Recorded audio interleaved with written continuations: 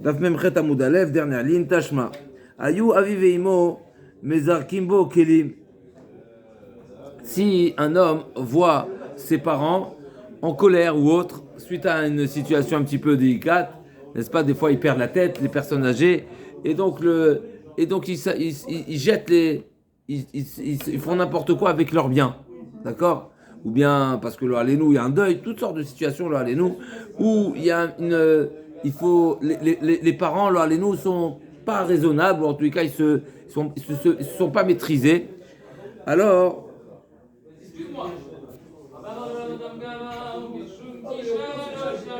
d'accord, Rachid nous précise ici, Zorkin alav, Zorkin bigdem alav yoter minatzor eptechibato mechat saran kavin esor et kol mamunam alav. D'accord, donc c'est des normalement. Alors, il nous a repris Rashi. Ok. Alors, il y a une halakha ici intéressante. Mitzvah alachirim la tzilan. Alors, celui qui assiste à cette scène, eh ben, lui est imposé, il a ce devoir d'éviter la casse. Et ça rentre dans le cadre de la Shabbat Aveda, tout simplement. Même si, quelque part, ils le font consciemment, a priori, n'est-ce pas? Ils le font volontairement, en tout cas. Consciemment, c'est relatif.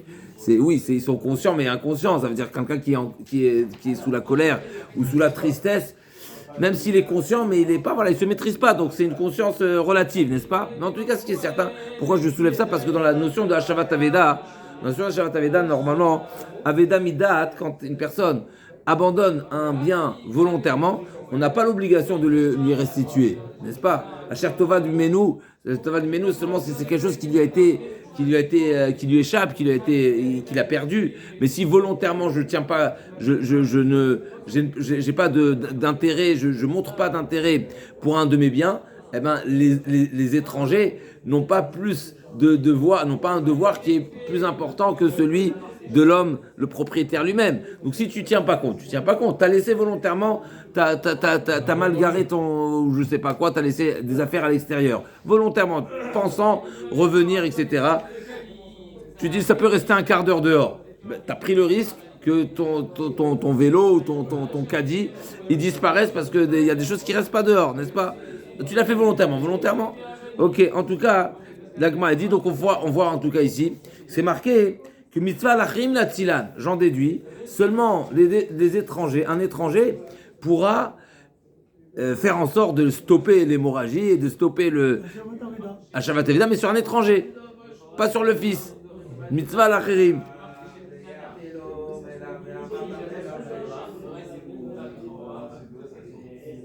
Mais ici c'est pas le sujet, Mechila, ici c'est pas le sujet. On a dit, là, c'est pas un sujet de kavod ici, mais en tous les cas ici, donc normalement il y a toutes sortes d'habitudes de mettre et de rendre mouktsé des biens s'ils sont utilisés pour le niftar, parce que dès le moment où on a réservé quelque chose pour le niftar, donc là on est toujours dans le niftar, et ben l'objet devient interdit. Et donc si la famille va exagérer dans ce qui va réserver pour le mort, on va leur dire oh mettez de côté, il faut se modérer, il faut limiter. Pourquoi? Parce que c'est pas le tachri finalement.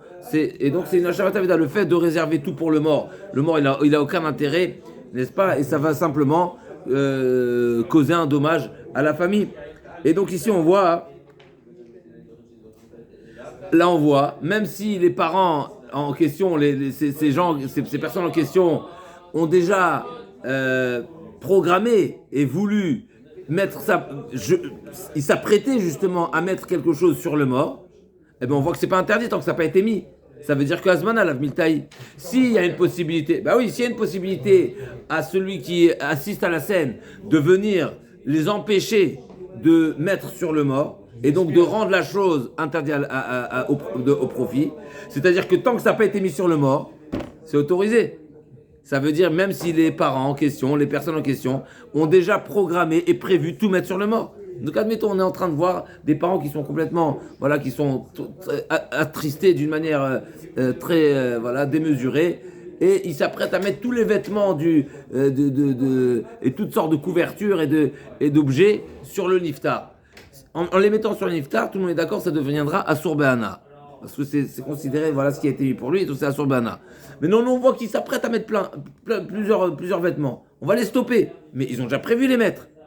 Ça veut dire le fait de prévoir. C'est pas une prévision qui rend la chose interdite, tant qu'elle n'a pas été utilisée. Donc c'est une preuve que Azmana, le fait de prévoir, lave miltaï. L'agma a dit non, ici c'est pas une Azmana consciente. Encore une fois, comme on a dit, même si c'est volontaire, c'est-à-dire et personne ne les a forcés, ils le font volontairement, mais c'est Mechamat Tsar qui le font. Donc c'est pas une décision à 100% considérable. D'accord, on la considère pas cette décision. Ata Mechamat Mishum Rayu, c'est parce qu'ils le font par tristesse, et donc c'est pas considéré une véritable Hazmana. Hazmana, c'est quelqu'un qui fait les choses posément, il prévoit, il se projette, il programme la chose avec réflexion. Là, c'est par tristesse, par colère ou autre. Et donc, c'est pour ça qu'on va les raisonner, et c'est pour ça que la Hazmana, donc Abaye répond que la Hazmana n'est pas Hazmana dans ce cas-là, parce qu'elle est faite un petit peu, sans réflexion. L'Agma dit, Achi aïnou di katane alam Rabbi Shimon Gamliel, bamé dvarim amourim, chez l'unagubamita, l'unagubamita asurim. L'Agma dit, je comprends pas. Si c'est comme ça, alors c'est quoi la logique de la position de Rabbi Shimon Gamliel qui dit que dès le moment où les vêtements ont été en contact avec le cercueil, avec la mita, avec le niftar, ouais, ben c'est déjà trop tard. Et donc l'Agma demande si a priori cette action, elle est le fruit de la colère, de la tristesse, alors a priori même si ça a touché le cercueil, la mita, ça ne devrait pas prendre effet parce que c'est quelque chose qui n'est pas en réalité en pleine conscience. L'Agma a dit effectivement, là on parle d'une mita particulière, on parle de ce qu'on avait l'habitude d'enterrer avec le niftar. Donc c'est vraiment déjà, ça s'appelle déjà peut-être les tachrichim, on va voir tout de suite. L'Agma a dit, Tirgema oula bemita nikveretimo des machlifé betachriché. L'Agma a dit, ça ne devient pas le linceul du niftar, mais on pourrait confondre avec les tachrichim, donc c'est le linceul, n'est-ce pas, du niftar qui est, lui, évidemment, il est moukté. Si les gens vont voir qu'on se permet de tirer profit, d'utiliser les vêtements qui ont été vraiment en contact du niftar, alors il risquerait de confondre et d'être amené à autoriser même les vrais tachrichim. Donc c'est particulier, donc c'est midera banane. Tashma, kis sha'asao la niar botfina sur la niar bomaot. Il niar botfina niar bomaot. L'Agma a dit, il y a un problème ici avec cette braïta, bien sûr, comme l'Agma a dit. Kis sha'asao la niar botfilin. Donc tout à l'heure on parlait d'un soudar, là on parle d'un kis, donc c'est déjà une pochette, n'est-ce pas?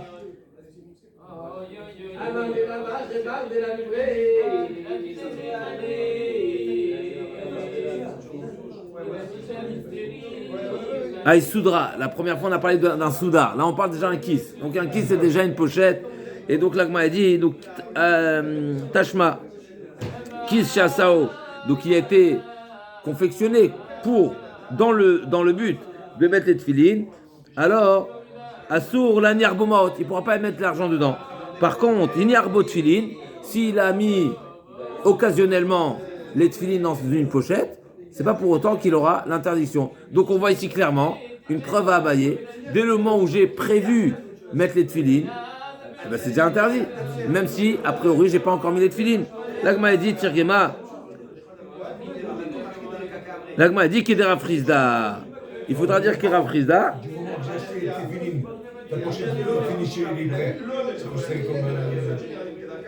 C'est ce qu'on a demandé. C'est ce qu'on a demandé tout à l'heure. Normalement, une pochette de tefilines, elle est réservée pour les tefilines. Normalement, a priori. Maintenant, a priori. Maintenant, c'est parce qu'on retiendra la halakha. Parce que la halakha, on retient qu'il faut deux choses. Même si c'est réservé, c'est pas encore statué. Je l'ai acheté, c'est pas réservé. Je réponds. Et quand je l'ai créé, c'est plus que acheté. Quand je l'ai confectionné dans l'intention de mettre les tefilines. Et malgré tout, on appelle ça azmana. Seulement, effectivement, d'après Abaye, ça s'appelle Azmana et donc c'est statué. Et d'après Rav Frisda, comme la Gemara l'a dit ici, dans quel cas il ne pourra plus mettre de l'argent dans cette pochette-là, c'est seulement s'il a prévu mettre les tefilines et il a mis les tefilines. Mais si j'ai prévu et j'ai pas encore mis, eh ben je peux faire un tenaille, je peux me laisser la réserve de faire usage de cette pochette-là, également pour ajouter les pièces de tzedaka par exemple. Tashma, Amar Lomana Selitik chez Sefer, Onartik chez le Tfilin. Donc là, il a commandé, il a passé une commande à un artisan. C'est pas lui qui a fait, c'est pas lui qui a réservé. Il a demandé, mais il a fait savoir à l'artisan que c'était son intention, n'est-ce pas, d'utiliser cette pochette pour les Tfilin ou pour le Sefer Torah. Donc Amar Lomana Selitik chez le Sefer, Onartik chez le Tfilin. Achil l'ishtamesh ben kodesh, mutash ben chol. Chez kodesh, asur l'ishtamesh ben chol. L'agma elle amène une braïta explicite où c'est marqué que celui qui a réservé, qui a passé une commande à l'artisan, lui demandant de lui confectionner un manteau pour le Sefer Torah, n'est-ce pas? Un manteau ou un boîtier, ça dépend du Sefer Torah, ou une pochette pour les tefilines. C'est marqué explicitement dans un braïta. Tant que je n'ai pas utilisé, eh ben je peux en faire ce que je veux avec. Je peux changer la destination. Donc admettons, j'ai une pochette de Sefer Torah, un boîtier Sefer Torah, Sefer Torah, je peux en faire ce que je veux avec. Je peux l'utiliser pour les enfants, n'est-ce pas? Et donc j'ai une preuve explicite comme Rava, comme Rav Frisda, que la programmation, la commande ne va pas statuer l'objet. Et donc l'agma conclut. Donc elle prend pardon, elle fera la kedusha dès que j'ai utilisé. Seulement une fois que je l'aurai utilisé. C'est-à-dire il faut programmer, également l'utiliser. C'est comme Rav Frisda, l'agma elle répond effectivement, t'as raison. J'ai rien à répondre sur cette braïta, elle est explicite. Et donc on est forcé de dire, pour répondre à la position de Abaye, on est obligé de dire que c'est une marloquette Tanaïm. Donc ce sujet-là est un sujet discuté. Dans la braïta, c'est explicite effectivement que tant que je ne l'ai pas utilisé, eh ben je peux lui changer de destination, même si c'est programmé, même si c'était prévu. Tanaï l'agma dit, Tanya, Tsipan Zahav, O Shetala Lemor Shel Bema Temea, Psulot. Or, Bema Teora, Kshirot, Afalpi Shel Yvdan Ishman. Donc là, l'Agma va amener une preuve que ce sujet-là de Azmana, c'est une marloquette, c'est discuté entre les Tanaïm. Donc c'est pas seulement une discussion entre les Amoraïm, ça démarre déjà plus haut. On a une braïta qui nous dit explicitement comme Rava, donc on est forcé de dire que, Abaye est forcé de dire que c'est un sujet discuté entre les Tanaïm. Donc l'Agma dit comme ça, donc celui qui a fait des boîtiers de tefilin en or. D'accord? Tsipanzav, il les a plaqués or, les boîtiers de tefilin. Les boîtiers, pas les boîtiers en plastique qu'on a. Les tefilin, ça veut dire. D'accord? Tsipan, ou bien Tsipanzav, ou bien Tala Alehem, or shel behemat mea, psulot, ou bien il a fait les boîtiers avec de la peau d'animal pas cachère. Alors quand on parle de pas cachère, c'est pas cachère qui n'a pas été shrité, etc. Mais pas cachère, ça veut dire que c'est un type de bête qui est pas cachère. Donc il a mis du cheval, d'accord?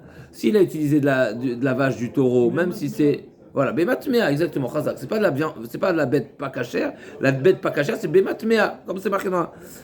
Donc c'est pas pourquoi c'est marqué les mantiers Torah d'Hashem beficha. Si je me trompe pas, on apprend du pasouk. La Torah nous dit les tefilin, c'est quoi le but de porter les tefilin? C'est les mantiers Torah d'Hashem beficha, de manière à ce que tu aies les propos de Torah toujours dans ta bouche. Et d'ici on apprend mina mutar beficha. Tu feras les tefilin à partir de ce qui pourrait être consommable. Mina mutar beficha. Et donc de là j'ai exclu la béma tmea. Donc si j'ai fait des tefilin avec de la béma tmea, avec du cuir de béma tmea, ben c'est pas soul. Or béma teora, kshirot, afapi chez le Yvdan Ishman. Et si j'ai fait usage, j'ai fait des tefilin avec du cuir de béma kshira, de béma teora, pardon. Alors là c'est kasher, même si ça n'a pas été tanné, même si le cuir, la peau n'a pas été tannée, l'ishma. L'ishma, c'est-à-dire dans l'intention de réaliser les tefilin.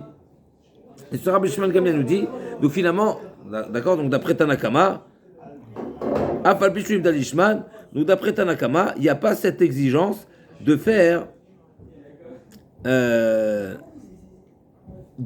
prévoir le cuir quand il est travaillé, j'ai pas besoin de prévoir que je vais réaliser avec des tefilin. Donc il n'y a pas besoin d'un iboud, il n'y a pas besoin le début du travail ne doit pas être forcément l'ishma. Pour le pour les bâtiments. Hein. D'accord. Par contre, Rabbi Shimon Gamiel, il dit quoi? Rabbi Shimon Gamiel, en désaccord, il dit quoi? Or bema teora, psulot hachablu lishman. Et Rabbi Shimon Gamiel, on voit qu'il exige que le cuir soit travaillé dans l'intention de faire des tefilines. C'est-à-dire que l'intention et la réservation du cuir, il a un sens, et c'est pour ça qu'il est exigé. D'après Tanakama, comme ça la Gemara elle comprend, Tanakama qui dit que c'est pas nécessaire de travailler le cuir, l'ishma, c'est-à-dire qu'il considère que la pensée, c'est zéro. Donc c'est pas exigé, parce que ça sert à rien. Rabbi Shimon Gamiel considère que non, il y a une importance, il y a une valeur, il y a une considération, parce que déjà par la prévision, c'est déjà par la programmation, c'est statué, et donc il faut le faire. D'accord? L'Agma a dit,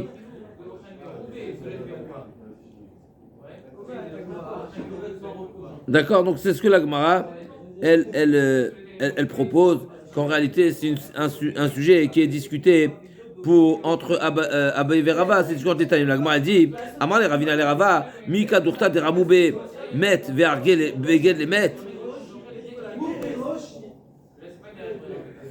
Est-ce que tu as déjà vu? Est-ce qu'on a déjà vu que les tarichim, donc les vêtements avec lesquels on va recouvrir le niftar, on les confectionne seulement après que le mort est mort? On prévoit en avance. Et d'après toi, je comprends pas, d'après toi, c'est pas une prévision, n'est-ce pas? Parce que s'ils ont été, la Bémet c'est une chéla a priori sur tout le monde. Bémet c'est difficile. Pourquoi l'Agma elle a posé la question sur Rava, alors qu'a priori tout le monde est d'accord que une prévision avant la mort c'est nul. D'accord? Et donc malgré tout l'Agma demande ici, a priori d'après toi, tous les tarichim ils n'ont jamais le statut de vêtements qui sont prévus et destinés à, puisqu'on les prépare avant le décès. Et donc si on les prépare avant le décès, on avait dit que c'est pas considéré une programmation, une prévision. L'Agma a dit à Marlein, Kigon Shachve d'Arpania. L'Agma a dit oui, effectivement. Tu me poses une question, tu es en train de me dire comme si on n'a jamais trouvé un endroit où on a l'habitude de faire ainsi. L'Agma a dit oui. Dans cette région de Arpania, on avait l'habitude de confectionner, de préparer les tarichim seulement après le décès.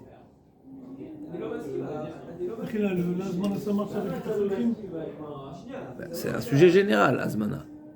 Général. Pour le mort, pour le Sefer Torah, pour les tefilines. Donc j'ai pas mis le tachlis sur le mètre. Donc je peux faire d'après Rav Chisda. D'après Rav, effectivement. D'après ceux qui pensent que l'interdiction ne prend effet seulement une fois que ça a été utilisé, et la Hazmana n'est pas. Effectivement. Comme tefilin, comme tout. Pas de différence. L'Agma elle conclut, Darash Merema, il reta qui va t'aider à Abaye. D'après Merema, la halacha, elle est retenue comme Abaye. Amré, il reta Veraban Amré, il reta qui va t'aider Rava, lui il reta qui va t'aider Rava. L'Agma elle conclut, comme habituellement, mis à part les exceptions de Yaal Kegab, la halacha elle est comme Rava. Quand Abaye et Rava sont en discussion, habituellement, la halacha est retenue comme Rava, à l'exception de 6 endroits, Yaal Kegam, 6 halachot, que la halacha sera retenue comme Abaye. Tanou Rabanan, Arogé Malchot, on passe de sujet. Tanou Rabanan, Arogé Malchot, Nirsem la Meler. Arogé Bedin, Nirsem la Yorshim. C'est peut-être un rebondissement sur ce qu'on avait vu précédemment. Est-ce que la mort est une kapara ou pas? Et on avait vu que l'Agmara avait posé toutes sortes de questions. Si la mort est une kapara, pourquoi il n'y a pas de deuil? Pourquoi il n'y a pas de espèce? Pourquoi ils ne sont pas enterrés, etc. Et l'Agmara avait fait la différence entre ceux qui sont Mizmor Lasaf et Goyim Lachatecha, Samuel Nivlat Avadecha Leof Hashamim, ou Bessa Chassidecha Lechaito Aret. N'est-ce pas? Et tout ça, l'Agmara l'avait dit. C'est quoi les Chassidim et c'est quoi les Avadim? C'est deux types de tzadikim. Il y a ceux qui n'ont jamais fauté, ils s'appellent Chassid, jamais fauté en tout cas, qui n'étaient pas condamnables. Et il y a ceux qui sont Avadim, c'est-à-dire ceux qui ont mérité le titre de Eved suite à la mort. C'est-à-dire que la mort, c'est une kapara.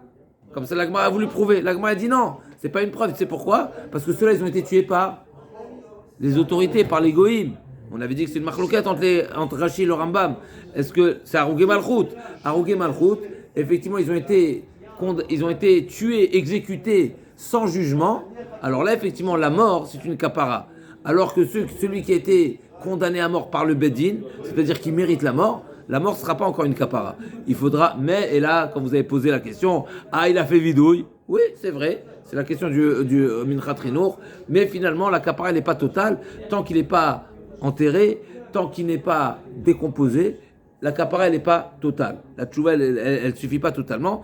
Et donc c'est ça là. Donc on avait vu la différence entre Harougé Malchut et Harougé Bedin, l'Inyan, la kapara. Alors l'Agma va rebondir ici à ce sujet-là. Et on va voir une différence également. Et là on ne parle pas de Harougé Malchut forcément des Goïm, mais on parle de Harougé Malchut, celui qui a été tué par le roi. Le roi, on sait qu'il a des droits qui dépassent quelque part le droit du Bedin, c'est-à-dire si le roi juge que la personne elle est à exécuter, même s'il n'y a pas tous les éléments qui auraient pu permettre au Bedin d'appliquer la peine de mort. Donc admettons, on sait qu'il a été Mechal Shabbat, mais on a un seul témoin. Ou bien il y a 2 témoins, mais il n'y a pas de Hatra, etc. Ou bien les témoins ne sont pas des témoins cachers. Mais il y a une raison, le roi juge qu'il est préférable de lui appliquer la peine de mort pour une raison valable, bien sûr. C'est pas pour une vengeance, Shalom, comme le Rambam dit, le roi devra être très Yireh Shamayim pour appliquer la peine de mort et c'est pas avec une légèreté qui va se permettre de le faire. C'est pas un droit comme ça, mais c'est tout simplement pour appliquer pas la terreur parce que c'est péjoratif, mais la crainte du ciel et savoir que voilà celui qui transgresse la Torah ou qui cause du tort à la communauté, au peuple, la condamnation va instaurer une règle et une hygiène de vie qui va être bénéfique à tous. Donc ça c'est à part le Mored Bamalchut qui est particulier, où quelque part c'est une condamnation particulière parce qu'il a manqué de respect au roi, d'accord ? Mais en tous les cas, la différence entre les deux, c'est à qui sont ses biens. Alors il y a une halakha, celui qui a été tué par le Bedin, exécuté par le Bedin, c'est pas pour autant que ses héritiers n'ont pas le droit à l'héritage. Par contre, celui qui a été exécuté par le roi, c'est différent. Ça va au roi. L'Agma a dit, elle s'explique. Utanu Rabanan. Les héritiers n'ont pas le droit. Utanu Rabanan, Harougé Malchut Nirsem la Melech. Ceux qui ont été exécutés par le roi, les biens de cet exécuté vont au roi. Où on a trouvé ça? On va voir, l'Agma va nous ramener l'histoire. Naval israélien, n'est-ce pas? Alors le roi ce serait comme le père et celui qui est exécuté c'est comme le fils et le bien du père au fils, du fils au père. On n'a pas besoin de dire tout ça. C'est une halakha. On n'a pas besoin de dire tout ça. Non, pour comprendre la similitude peut-être. Qui demande une similitude. C'est une halakha. Dans l'héritage on avait vu ça. Mais c'est pas en héritage qu'il va le prendre ici. Il n'est pas héritier. C'est pas héritier, ça fait partie de la punition. Ça fait partie de la punition qu'on lui prend ses biens. Tanu Rabanan, Harougé Malchut Nirsem la Melech. Harougé Bedin Nirsem la Yorshim. Donc celui qui est exécuté par le Bedin, c'est normal. C'est normal, c'est-à-dire que ce n'est pas pour autant la personne a réalisé une faute pour laquelle il est passible de mort. Passible de mort. C'est pas pour autant qu'il va être. Que ses biens vont être pénalisés. Dans une seule Avera, on a trouvé que les biens sont pénalisés. C'est dans Irani Dachat. Irani Dachat, où non seulement les idolâtres ils vont être exécutés, mais en plus de ça, même tout leur bien est brûlé. C'est le seul endroit, si je ne fais pas erreur, à part bien sûr quand la chose elle est un objet de Avera, comme la bête qui a été abusée, ou comme quand la bête elle a tué, mais ça c'est pas une pénalité, on va dire. C'est une forme de pénalité, mais c'est différent. Là, c'est vraiment on lui prend son argent alors que l'argent n'a aucun lien avec sa faute. Dans Harougé Malchut, d'accord? Donc l'Agma dit comme ça, Tanu Rabanan, Harougé Malchut, Nirsem la Melech, Harougé Bedin, Nirsem la Yorshin. Rabbi Yehuda Omer, Af Harougé Malchut, Nirsem la Yorshim. D'après Rabbi Yehuda, même s'il est Harougé Malchut, il a été tué par le roi, c'est pas pour autant que le roi aura le droit sur ses biens. Amroulou le Rabbi Yehuda, Valokvar Neymar. Il dit le contraire. Oui, deux avis. L'Agma ramène une preuve. Navot et Israéli, n'est-ce pas? C'est marqué, comment? Il y a deux histoires. Il y a Navot, hein? Et Naval, il y a fait Meod. Ah oui, avec David. Donc Rabbanan, Tanakama met une preuve alors à ses propos à partir de l'histoire. Iné Bekirem Navot Asher Yarad Sham Lerishto Amar Lahem. C'est quoi le pasuk? Kumred Likrat Achav Melech Israël. Asher Beshomrom Iné Bekirem Navot Asher Yarad Sham Lerishto. Donc il a pris possession. Achav il a pris possession du bien de Navot. Et donc la Gemara dit Amar Lahem Ben Achi Avivaya Veraoui Le Yorshuaya. Achav il avait un lien de parenté.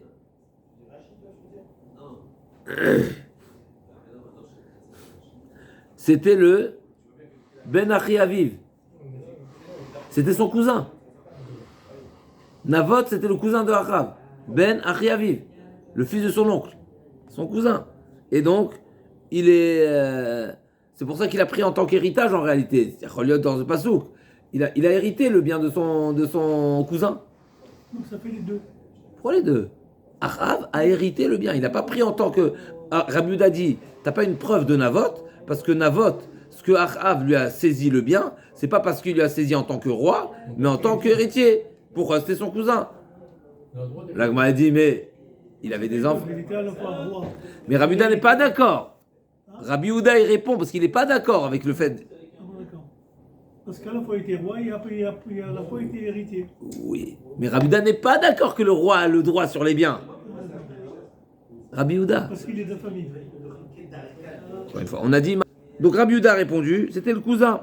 L'Agma a dit, Valo Kvar Nehemar, Mechila, Valo, donc Amar Lahem. Donc Rabbi Yehuda répond à Chachamim, Ben Achi Avivaya, Veroï Le Yorshuaya, donc c'était un héritier, puisqu'il était cousin. L'Agma a dit, Valo Arbe Banim Ayulo, il avait plusieurs enfants. Amar Lahem, Otovet Banavarag, bien sûr qu'il avait des enfants, mais il a tué tout le monde. Achav a tué tout le monde, donc il n'y avait plus d'héritier. Donc il s'est retrouvé héritier. Chez Nehemar, Imloet Deme Navot Vedeme Banav Raiti, puisque comme c'est marqué dans le pasouk, qu'il a démé Navot. Pourquoi Achav il a été condamné? Donc c'est le Navi qui est parti le voir, que je me crois dit au Navi. Regarde Achav qui est condamnable parce qu'il a mis à mort Navot pour lui saisir son bien. Et dans ce pasouk c'est marqué les sangs de Navot et de ses enfants. Donc il a tué tous les héritiers. L'Agma a dit Verabanan. Ah, Rabbanan, question de ce pasouk. A priori, donc ce pasouk va plutôt dans le sens de Rabbi Yehuda, nous permet de dire qu'il n'avait pas des héritiers, puisque c'est marqué que les enfants aussi, ils ont été également exécutés. Mais Rabbanan, Naou, Banav, qu'est-ce que Rabbanan font de ce pasouk? C'est pas les enfants réels, concrets, qui étaient là, qui ont été tués. Naou, Banim, Aruim, la tête Menou. C'était les enfants potentiels. Ça nous rappelle l'histoire qu'on avait vue il y a quelques pages en arrière, où Akash Baruch Hu a reproché Caïn en lui disant Deme Achicha, toi qui m'as éliminé Adama.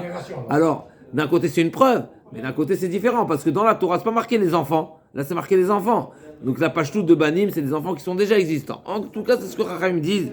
C'est des enfants qui existent déjà ou c'est à venir? C'est la marloquette.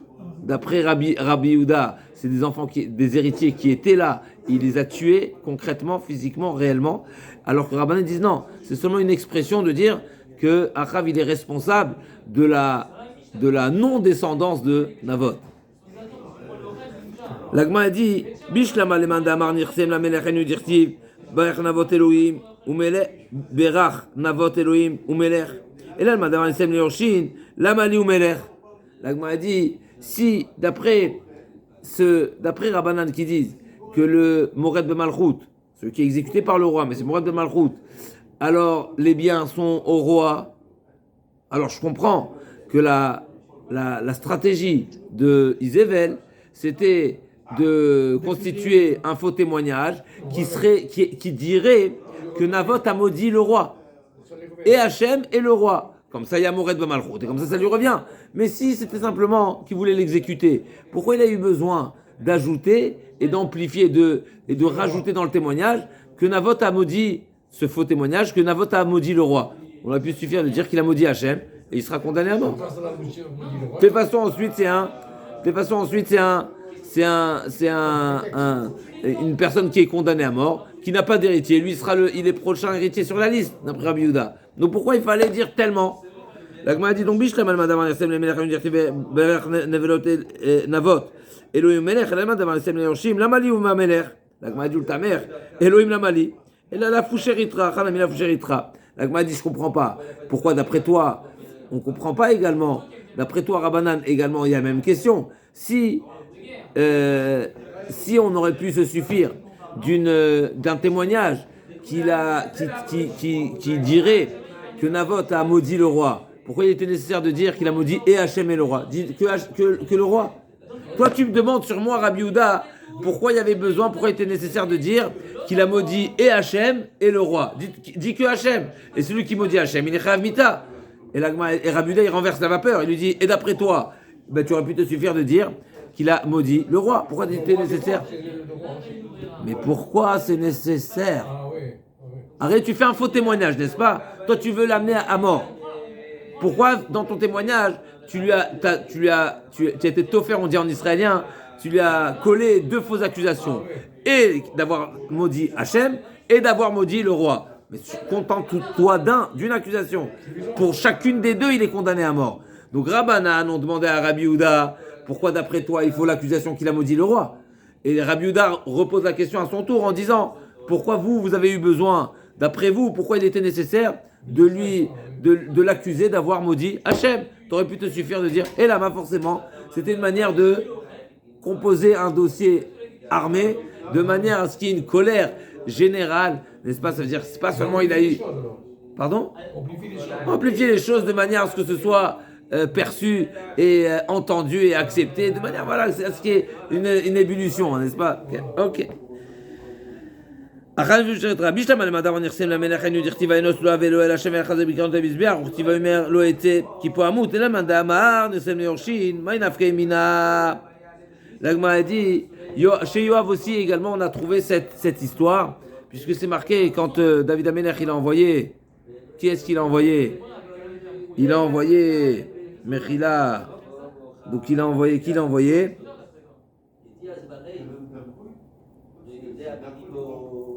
C'est Shlomo Amelech, pardon.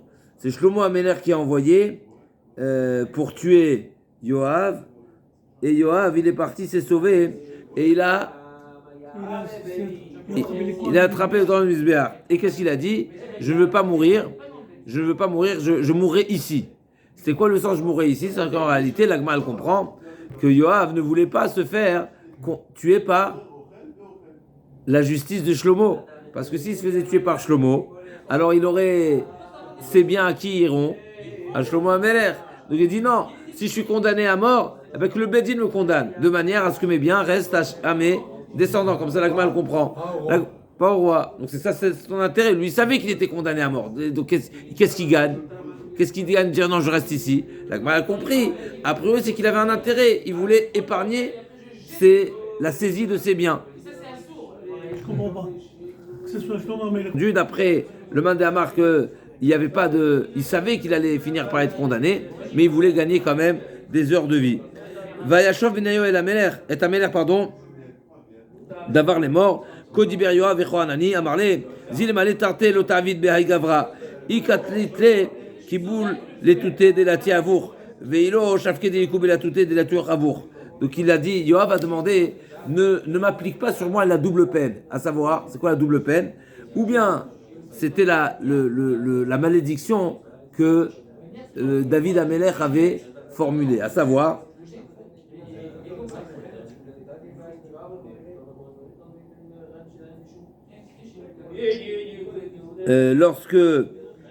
lorsque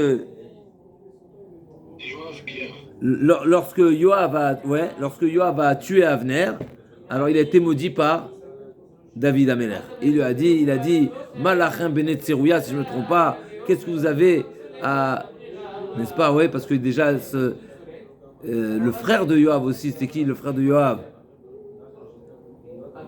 Il avait également réalisé il avait aussi tué, mais c'était pas selon c'était pas on va dire la volonté de David Amelech. Et là aussi également, Yoav avait pris la vengeance de Abishai.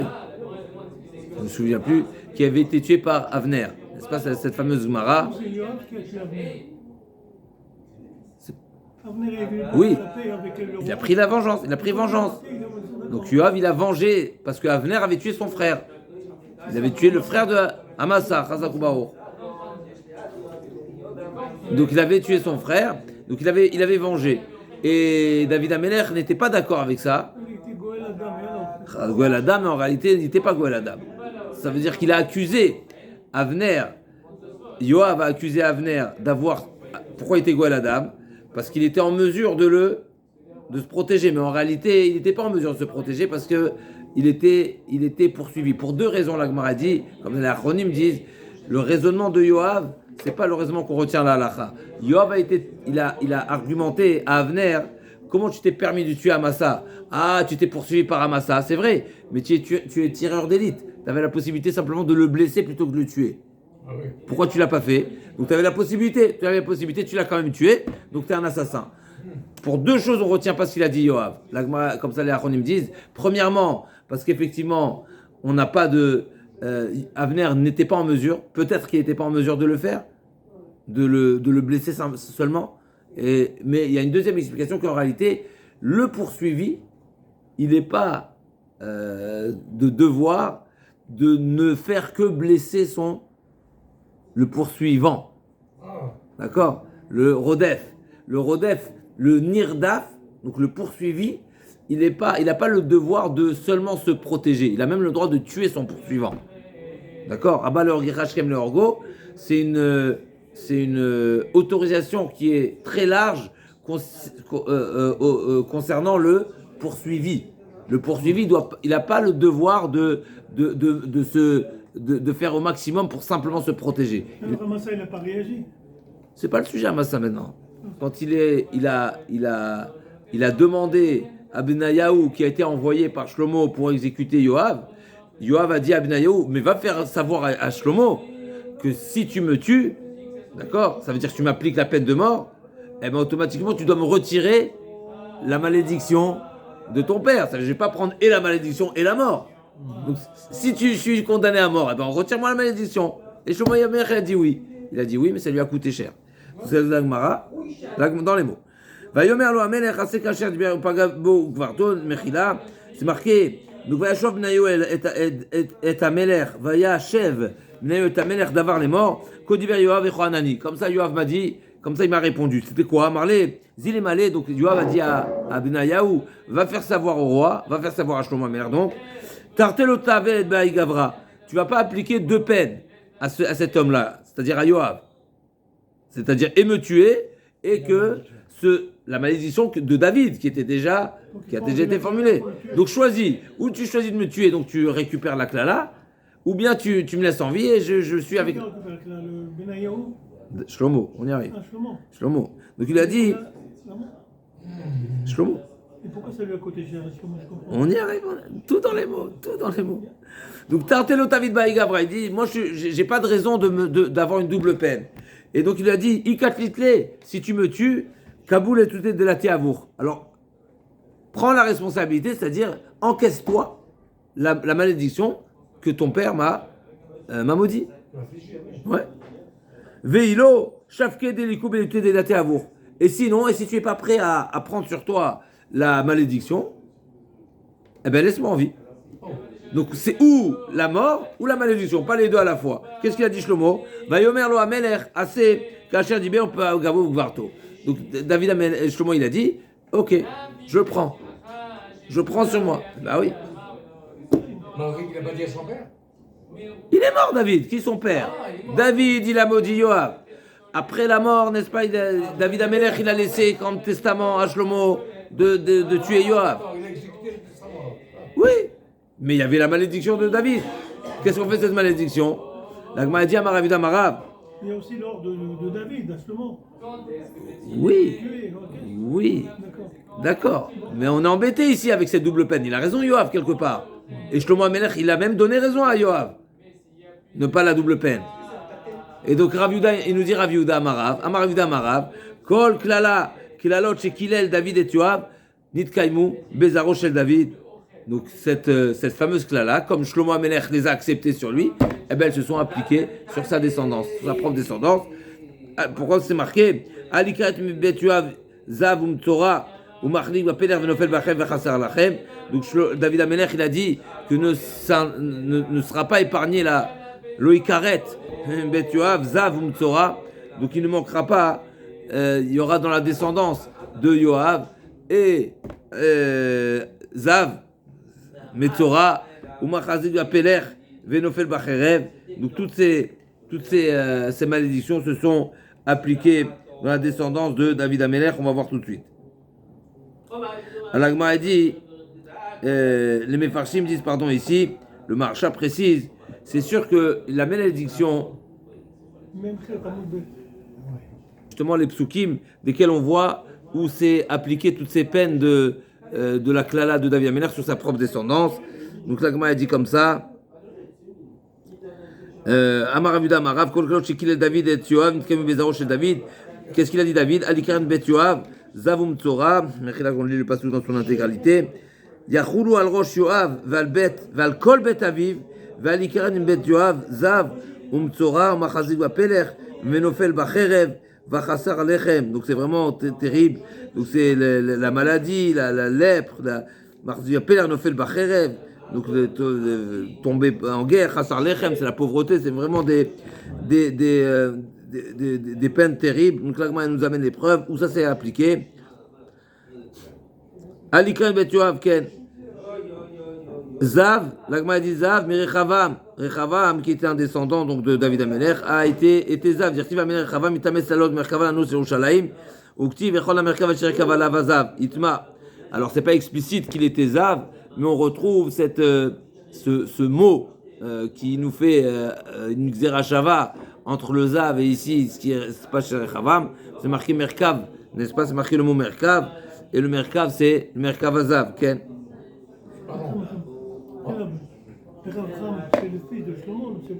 Peut-être cette maladie de Zav, alors dans le contexte du passage qu'on a l'impression que la Torah nous dit, nous raconte que Rechavam il était affaibli. Donc peut-être que le Zav, c'est pas seulement une impureté, bien sûr c'est une impureté, au premier degré c'est une impureté, mais a priori ça donne aussi, ça a comme conséquence des faiblesses.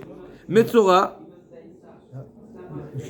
mais là on a trouvé la Tzara, dire-t-il, Mechila le pasuk dans ou Kechez Kato, Gavalibo ad leashrit vaimal b'Hashem Elokav vaivo elecha l'Hashem l'aktir al-mizbeach haketoret. Donc ici on voit qu'il était, qu'est-ce qu'on voit chez Uziaou, Gavalibo, et on sait que Ve'atzara zacha v'mitzro, juste après c'est marqué Vaizaf Uziaou beyado mikteret l'aktir bezapo ima kohanim ve'atzara zacha v'mitzro. Donc il a le pasuk, c'est pas oui, c'est le pasuk dans Divrei Hayamim qui nous dit que a apparu la Tzara sur son front. Et là aussi Gavalibo, nachon, donc Gavalibo, on sait que c'est une des raisons pour lesquelles la Tzara vient, c'est sur l'orgueil.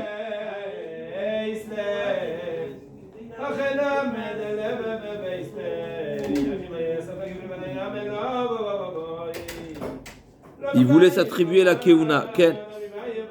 Donc il voulait faire la Uziaou, il voulait faire la Ketoret lui-même. Donc il voulait faire comme les Kohanim.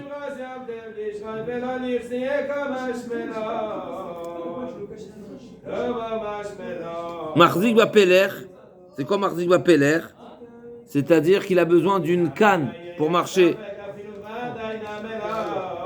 Il n'est pas en mesure de... Voilà, donc il a les jambes qui suivent pas. Marzik permet à ça, dire-t-il, Raklet Ziknato, Khaled Raglav, Mamar Yuda Marav, Shachazo, Poudagra. Donc à la fin de ses jours, il avait donc il était malade, il avait les jambes qui lâchaient. Et donc il avait besoin d'être assisté, de se soutenir par une béquille, par une canne. Amar le Marzoutra bere de Rav Nachman echidami amar le kemachad basar achai. Et donc Bémet c'est pas seulement avoir les jambes fragiles, mais c'est vraiment comparable à machad basar achai. C'est comme une aiguille dans de la chair vive, n'est-ce pas? C'est vraiment quelque chose qui est très douloureux. L'Agma dit d'où il sait. Deux explications. Menayade, donc d'où Rav Nachman savait. Donc c'est Marzoutra qui demande à Rav Nachman son père. À quoi ça ressemble cette maladie? Il lui a dit machat basar chai, comme si on faisait vraiment de la, on appelle, c'est pas la manicure, la pédicure, c'est quelque chose qui est, voilà, ok. L'agma a dit, et d'où il savait à quoi ça ressemblait cette maladie. L'agma a dit, ou bien, Menayade, Ibaitema, Micha Shavachayish, que Rav Nachman lui-même, il en a souffert, Chayish Bev, Ibaitema, Merabe Avagamir, c'est son Rav qui lui a enseigné, ou bien Vibaitema, Sod Hashem Yerav, Britolodiam, il y a des secrets comme ça que Akashmochou révèle à ceux qui le craignent, même si ils n'ont pas vécu, ils savent, ils ont des révélations. Sod Hashem Yerav. Nofel Becherev, qui est-ce qui a été tué par l'épée? Mi Yoshiaou dirtiv, Vayoru Amorim la Melech Yoshiaou, Vamar Rav Yuda Marav, Shasu Kol Gufo Kakevara. Donc c'est pas Nofel Becherev. Nofel Becherev, c'est pas seulement être guillotiné, être tué par l'épée, mais là, les Yoshiaou, ils l'ont vraiment transpercé comme une passoire. Kakevara, c'est comme une passoire.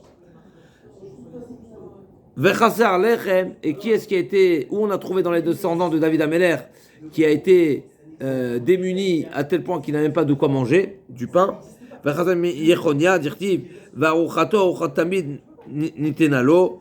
Donc c'est le Varuchato, Uchatamid Nitenalo Metameler, Dvarium Bumo, Kol Mechayav. Donc il a été, Nebuchadnezzar a garanti la pension alimentaire de Yechonia. Ça montre qu'il n'avait pas de quoi manger. D'accord. Amar Yehuda Marav, Vainu Damrinche, Tehe Luta Velo Tehe Latad. C'est là que les gens disent qu'il est préférable d'être parmi ceux qui ont subi la klala plutôt que celui qui maudisse. Parce que celui qui maudit, celui qui a été maudit, n'est-ce pas, c'est une victime. Peut-être que la klala ne va pas s'appliquer. Mais celui qui a maudit, comme ça on voit ici David Améler, parce qu'une klala qui n'est pas méritante, on va dire, eh ben elle fait boomerang. Alors à nouveau, encore une fois, il faut comprendre ici on parle de David Améler, on parle de n'importe quoi, mais finalement, on voit que même Yoav, qui était condamnable, eh ben il méritait pas cette klala, eh ben elle est revenue chez David Améler. Et après, il n'y avait pas le choix, comme on a dit, de la reprendre sur soi. Sur quel Véloté Lauta, as-tu allé Yoav? La fin, c'est quoi la suite de l'histoire? Dainé, ils ont apporté Yoav pour le condamner, donc ils étaient l'accusation de Yoav qui a été présentée. Donc on lui a demandé cette fameuse. Donc tu voulais savoir l'histoire, n'est-ce pas? Oui. Dans le texte. Donc pourquoi? Donc on lui a demandé pourquoi tu as tué Avner. Donc ils lui ont dit Amaligoladam de Hassel. Pas Massa Hassel. Hassel, n'est-ce pas? Donc j'étais le vengeur de Hassel qui a été tué par Avner. Donc pourquoi j'ai tué Avner? Parce qu'Avner a tué Hassel. L'Agma a dit de Hassel Avaï. L'Agma a dit Hassel, Rodef Ava. Mais Hassel, il a cherché. Il était lui-même, il a poursuivi Avner. Donc Avner, il était poursuivi par Hassel. Donc il avait le droit de le tuer. C'est légitime défense, c'est plus que légitime défense. Rodef Ava, Malé, Ayalo Atzilo Bechad Mevarav. L'Agma a dit oui, Yoav a prétendu, Avner était en mesure de le blesser seulement. Pourquoi il l'a tué? Amarlé, lo yachile. Ils ont pris la défense de Avner en disant, Avner n'était pas en mesure de se défendre seulement. Il n'avait pas le choix. D'accord? Donc il était poursuivi, et donc il a fait ce qu'il a pu. Et donc le meurtre, c'était un meurtre involontaire. En tout cas, il pouvait pas me faire mieux que ça. Qu'est-ce qu'il a répondu? Amar Léo, Ashta Bedofan Chamishit, qui venait, dirti avec you Avner Bachit Achanit, El Achomesh, Vamar Biochan Bedofan Chamishit, comme chez Marav et Kavet Luinbo, Mechanan le Achille.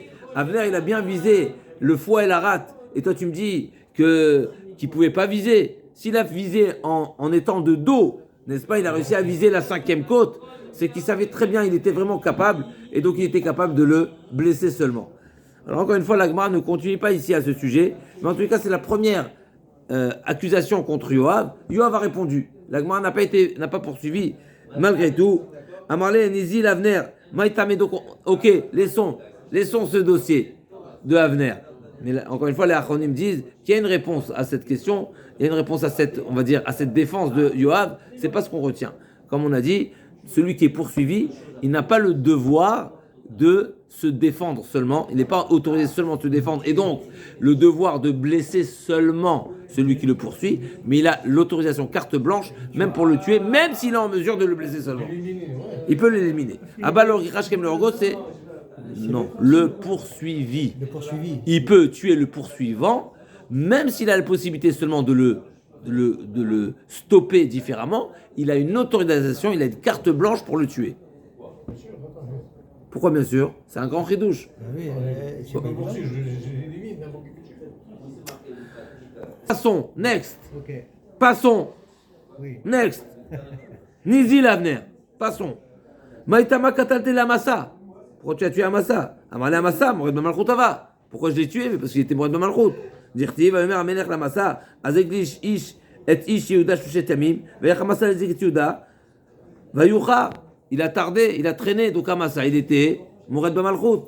Donc Yoav dit, tu sais pourquoi j'ai tué Amasa? Mais parce qu'il était quoi? Mort. Amala Amasa, Achen Vrekin Darash. Amasa, en réalité, il n'était pas Mored Bamalchut. Il a été Doresh, il a fait une dracha. Des pâtir de Maserta, Martiv, Kol Asher Emret Pichav Yushemet Devarecha, Lechol Asher Tzavenu Yumat, Yachol Afilu Divrei Torah, Tadloma, Rak Chazak Vamet, Rak Chazak Vamet, pardon. Et là, d'accord, donc l'Agma a dit, comment tu peux me dire, c'est pas vrai, il n'était pas Mored Bamalchut, parce qu'en réalité, c'est qu'il y a quelque chose qui l'a amené à ce résultat. Il avait une dracha. Et donc, l'Agma a dit Amasa était mandaté pour faire un aller-retour, il a tardé. Donc s'il a tardé, il est Mored Bamalchut. C'est ce que Yoav dit. Pourquoi on dit à Yoav, pourquoi tu as tué Amasa? Il répond, Amasa il était Mored Bamalchut. Il a manqué de respect au roi. Pourquoi? Parce qu'il n'est pas revenu à temps. L'Agma reprend et refute l'argument de Yoav. Il dit non, c'est pas un Mored Bamalchut condamnable. Pourquoi? C'est vrai qu'il a tardé, mais il a tardé pour une bonne cause. Pourquoi? Parce que quand il est arrivé, il a été retenu au Beth Midrash, Amasa. Qu'est-ce qui était la raison de son retard? C'était pas un mépris pour le roi, mais c'était une raison valable. C'est quoi la raison valable? C'est qu'il a été, c'est marqué, il a Ashkechin ou des petits Achlou B'Maserta. Quand il est arrivé dans la région de Yehuda, il a vu qu'il était en train d'étudier. Et donc Amasa s'est dit, Kol ish asher, qu'est-ce que Amasa il était d'Oresh? C'est marqué dans le pasuk. Kol ish asher yamre et pichav yishmet devarecha le rosh ezve yumat. C'est marqué dans le pasuk. Tout celui qui n'écoute pas à la lettre, n'est-ce pas, les ordres du roi, eh ben il sera exécuté. Mais c'est seulement, c'est marqué. Yachol afilu le divrei Torah. Peut-être que celui qui n'a pas écouté le roi pour étudier la Torah ou pour une raison de Torah, lui aussi il sera exécuté. Talmud Lomar, Rak Chazak Vehemat. Donc Rak, c'est un miout. Donc Amasa, il s'est fait une propre dracha et lui-même il est arrivé à la conclusion qu'il était en droit de tarder. Parce qu'il ne tarde pas pour une mauvaise cause, il tarde pour une bonne cause.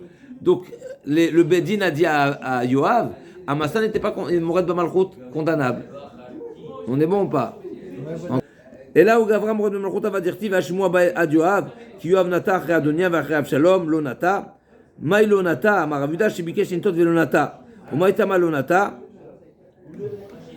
amar Rabbi Elazar adein echluchid shel David kaemet. Donc en réalité, pourquoi il était condamné, il était Mored Bamalchut? Parce que Amasa a souhaité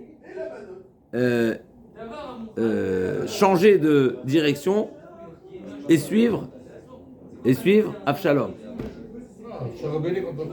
Et donc c'est une rébellion. C'est une rébellion contre David Améler. Donc il a souhaité mais il n'a pas fait. Pourquoi il n'a pas fait? Parce que l'echnuchit chez David Kaemet, c'est-à-dire, ou bien Rabbi Yossi et Rabbi Chaim Omer, Adaïn, Istagnine chez David Kaemin, Damar Avuda Amarab, Abameot Yeladim Ayou le David Kulam Bnei Fatoar, Ayou, ou Migdale Bloriot Ayou, Malchim Rachigay Asot Ayou, Vehenen Baligron chez David. D'accord? Donc il avait finalement Amasa, il craignait les troupes de David Améler. C'était qui ces troupes? La Gemara dit David Améler, il avait 400 enfants qui étaient tous issus de Yefat Toar. Il avait 400 enfants. Alors d'après certains, ce n'est pas ses propres enfants, mais c'était les enfants qui étaient issus de Yefat Toar que que les troupes de David avaient eu. C'est pas les siens proprement dit, mais ok. En tout cas, donc il craignait. Donc pourquoi Amasa, il n'a pas suivi Absalom, simplement par crainte. Mais en réalité, il aurait été volontiers d'aller suivre Absalom. Donc il était Mourad Malchut. Alors même c'est un Pélé ici. Ken? Il a suivi ou il n'a pas suivi? Il n'a pas suivi. Mais Donc Absalom, il n'est pas mangé noir. Chazak ou Baour. D'ici, on voit que c'était, oui, Mourad Malchut, seulement il y a quelque chose qui l'a empêché de mettre en application sa volonté, son souhait. Absalom, il était déjà déclaré opposant à son père et qu'il voulait prendre sa place ou pas? Ça ne change pas, c'est pas le sujet. D'accord. Nous, le sujet, c'est Amasa. Amasa a souhaité tourner le dos à David. Donc c'est Mourad Malchut. Où il voulait aller avec Absalom.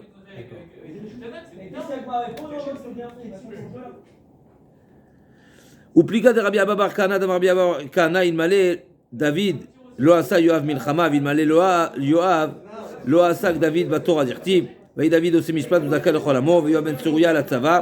מה טעם דוד עשה משפט וזכה לכל עמו? משום דיואב על הצבא. ומה טעם יואב על הצבא? משום דוד עושה משפט וזכה לכל עמו. Et donc l'Agma dit ici, ce qu'on a dit, tout ce qu'on a dit ici, l'Agma dit concernant cette parenthèse de Rabbi Yossi Rabbi Hanina qui a dit que on va dire les musclés de David, c'était les 400, cette troupe de 400 Bnei Fatoar qui était très particulier et c'est eux qui menaient les combats, ne suit pas, Rabbi Abba n'est pas d'accord, parce que Rabbi Abba dit au contraire, qu'est-ce qui faisait, qui remportait les combats de David Améler, c'était Yoav. Par quel mérite? L'étude de la Torah de David Améler. Et les combats qui étaient menés par Yoav permettaient à David Améler d'étudier la Torah. Donc on voit ici qu'il y avait vraiment une complémentarité, si on peut dire, entre le mérite de David d'un côté et le mérite de Yoav qui permettait permettait à David Améler d'étudier la Torah. Et que ces paroles de Torah s'imprègnent en Israël. Amen Keneratson, pour nous déjà, avant d'aller plus loin. Non, c'est-à-dire parce qu'ils veulent faire l'armée à des gens qui veulent. Bon, je ne sais pas s'ils veulent tous ou pas tous. Parce que Vayetse Yoav. Vayetse Yoav, Mim David. Oh, j'ai lancé une petite bulle. Vaishlach Malachim Achri Avner. Vayashiv Yotom Barasira. Comment s'est passé la mort de Avner? Yoav a envoyé, donc Yoav qui est sorti de chez David. Alors c'est marqué Vayashiv Yotom Barasira. Maï Barasira. D'où ils l'ont ramené à Rabbi Abba Bar Kana Bor. Vesira Garmulo le Avner chez Areg. Quelle a été la cause de la mort de Yoav? C'est les deux reproches que David Améler a dressés contre Avner quand Avner était le garde du corps de Shaoul. Nous savons qu'à deux reprises, David Améler était tout près de Shaoul. Il était le garde du corps de Shaoul. Donc David Améler a reproché à deux reprises: où êtes-vous les gardes de Shaoul? Regardez, je suis juste là derrière et vous dormez tous. Une première fois, il dormait. Une deuxième fois, il était tout seul dans la grotte. Et à deux reprises, donc, Avner, qui était le chef, eh ben, David Améler a accusé, on va dire, Avner de ne pas avoir monté la garde à Shaoul. Alors que David était poursuivi par Shaoul. Quelque chose d'extraordinaire. Ok. C'est quoi les deux fois? C'est quand il y avait la toile d'araignée. Non, la toile d'araignée, c'est la protection de David. Aucun La rapport. protection de David, bah ouais. Non. Ah ouais.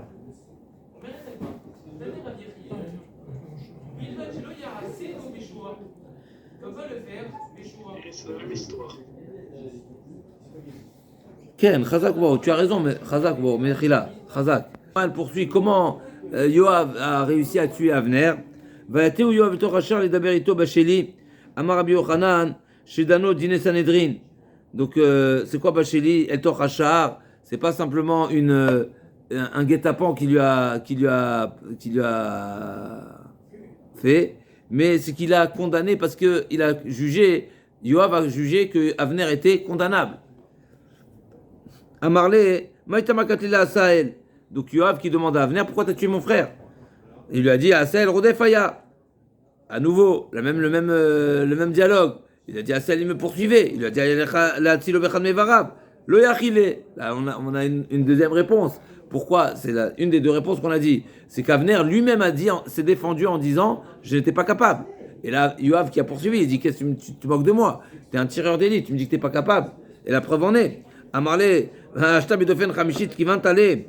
On a bien vu que tu l'as visé à la rate et à la 5e côte, où il y a la rate et le foie, tu me dis que tu n'étais pas capable. Même de dos, tu as réussi à le viser. Une faiblesse, ça peut arriver même à un élite. Hein. Mais on a vu qu'il a réussi à le tuer de cette manière. Il a tué de cette manière. Donc il était en mesure de viser. Au lieu de viser, vise la jambe. Les Daber Ito Bacheli, c'est quoi les Daber Ito Bacheli? Amar Rav Yehuda, Amar Rav Aliske Shalou. C'est-à-dire, il lui a posé la question, il a amené à se positionner d'une manière particulière en lui posant une question qui est liée au Yiboum. À savoir, il lui a dit c'est quoi Shalou? C'est pour la chaussure, pour déchausser. Je me crois à dire Moshe Rabbeinu, Shalna alecha ma'al raglecha, ki amakom asher ata omed admat kodesh. Donc Shal, c'est déchausser. Chalou, ok, c'est des chaussures, déchaussées. Donc il lui a demandé Avner, Yoav qui demande à Avner, comment une manchot fait khalitza? Comment elle va déchausser son beau-frère? Avec la bouche, non? Ah, et donc, Il sait tout, je crois. exactement, c'est exactement ce qu'elle a, hein, Khazak. C'est ce qu'il lui a montré. Donc il lui a dit, montre-moi. Il a, comment on appelle ça? Ok. Il a trompé Avner, Yoav, il a trompé Avner en lui posant une question où il savait qu'il allait. Il a dit, montre-moi comment elle est censée faire la manchot pour déchausser son beau-frère. Et il lui a dit, regarde comment elle va faire il va lui dénouer avec les dents. Et donc, en s'accroupiant, eh ben, Yoav a profité de la situation pour le tuer. Et donc, il a, là-bas aussi, il l'a visé exactement comme il avait fait à son frère. La 5e côte, où il y a la rate, n'est-ce pas, et le foie se trouve. Deshiv Hashem edamo al rosho, asher pagam shen Hashem tzadikim etovim menu, tovim, שהיו דורשים אחים ורקים, והוא לא דרש, צדיקים שהן בפה ולא עשו, ואילו הוא באיגרת ועשה. Donc David Amelech qui dit à Shlomo Amelech, Shlomo Amelech qui dit à Benayahu d'exécuter Yoav. Pourquoi? Parce qu'il mérite d'être tué, parce qu'il a tué 2 personnes qui étaient meilleures que lui. Yoav a tué 2 personnes qui étaient meilleures que lui. Pourquoi? Comme on a vu, il a tué Amasa alors qu'Amasa il était Doresh Achin Verakin, donc il avait une dracha, donc il n'était pas Mored Bamalchut. Et donc lui il a fait cette dracha, alors que lui il n'a pas fait cette dracha. Ça veut dire qu'il était en plus grand niveau. Yoav, il n'a pas tué Amasa. Amasa, c'est le frère de Yoav, non? Amasa n'a pas été prudent et il n'a pas fait attention que Yoav était armé, en tout cas qu'il avait déjà dégainé. Amarav, Shelo Chashado, c'est pas l'Onishmar, c'est pas qu'il n'a pas été prudent, c'est pas qu'il a caché, mais c'est qu'il n'a pas soupçonné. Amasa n'a pas soupçonné Yoav de venir le tuer. C'est marqué que Yoav a été enterré dans sa maison, dans sa demeure, dans le désert. Pourquoi il était dans le désert? Sa maison. Ou bien sa maison est un désert.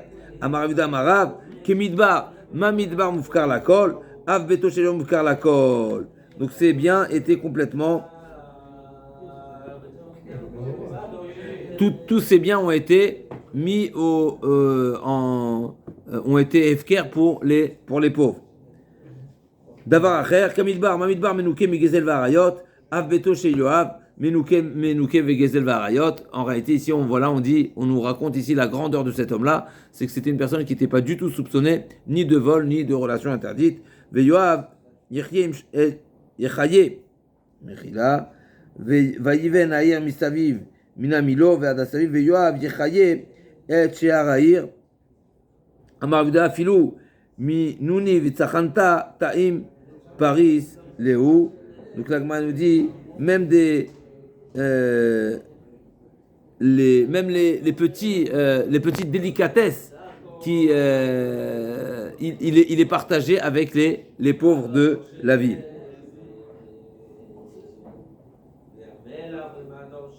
Donc ça c'est, il était vraiment généreux, il partageait tout avec les pauvres, même comme ça, Yoav Yechayetch Arahir, c'est-à-dire quoi, qu'il faisait vivre le restant de la ville, c'est-à-dire même les petits, voilà, des petits poissons, n'est-ce pas, les anchois, il est partagé. Même quand il mangeait des anchois, il est partagé, n'est-ce pas? Donc lui, il goûtait un petit peu et il partageait avec les pauvres le restant. Ok. Bon, Hachem, alors on se retrouve demain, Bezrat Bar pour le prochain.